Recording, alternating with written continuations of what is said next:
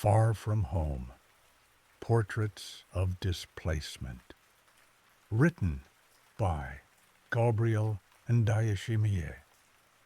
About this book, inspired by Plàsi's song Far From Home, Gabriel Ndayishimiye, in his uncompromising critique of Exile's structural foundations, refuses both the sentimental consolations of nostalgia and the moralizing grammar of resilience so often deployed to make displacement palatable to the global conscience. His critique is an exposure of exile as a mechanism of power, a terrain where sovereignty and abandonment converge in the management of human mobility. Exile isn't some tragic story people like to tell. It's not noble. It's not romantic. It's not a journey to find yourself or some high road to wisdom. It's just survival, stripped down and raw. You don't get to be proud when you're running. You don't get to feel brave when you're just trying to stay alive. People talk about exile like it's just leaving a place behind, but it's more than that. It's being shoved out and left to fend for yourself while the world keeps moving. They tell you to be resilient, to find strength in the struggle, but that's a lie.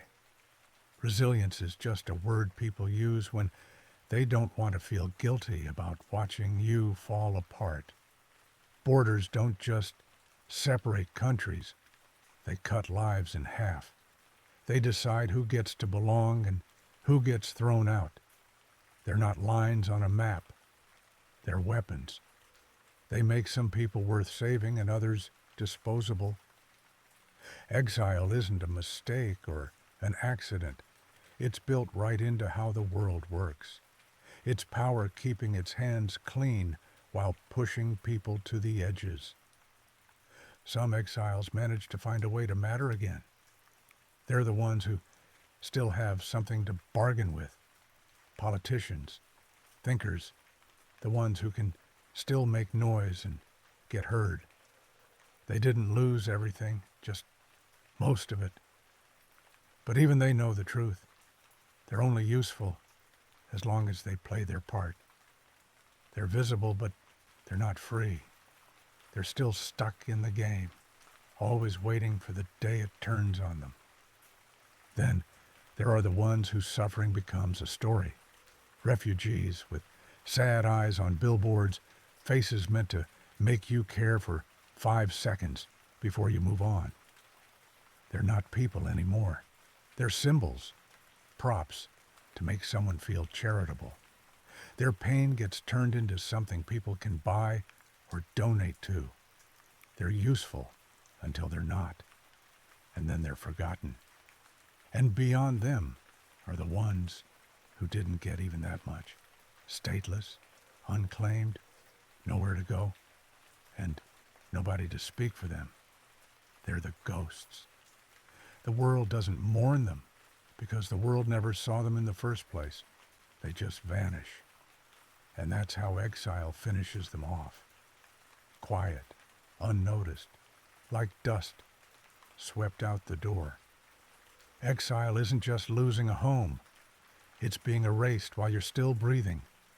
It's being pushed so far to the edge that you don't even cast a shadow anymore. It's the world saying, we don't need you. We don't see you. You don't matter. If you're one of the lucky ones, you find a way to be seen again. You shout until someone hears you. You make your story loud enough to cut through the noise. But even then, you're always on borrowed time. You're only worth as much as the story you're telling. The minute they don't need it, you're gone. Exile isn't just a punishment. It's a way to keep power safe, to make sure the ones who don't fit the story are kept outside the walls. It's not a tragedy, it's a system. It's how the world keeps itself in order by casting out what it doesn't want to deal with. It's governance without having to get your hands dirty. That's the truth of it. No sentimental crap, no redemption arc. Just people tossed aside because the system needs them out of sight. You don't come back from that. You just learn to live on the outskirts and make enough noise to remind them you're still alive. And maybe that's the only fight left, to refuse to be erased, even when the world keeps trying to make you disappear.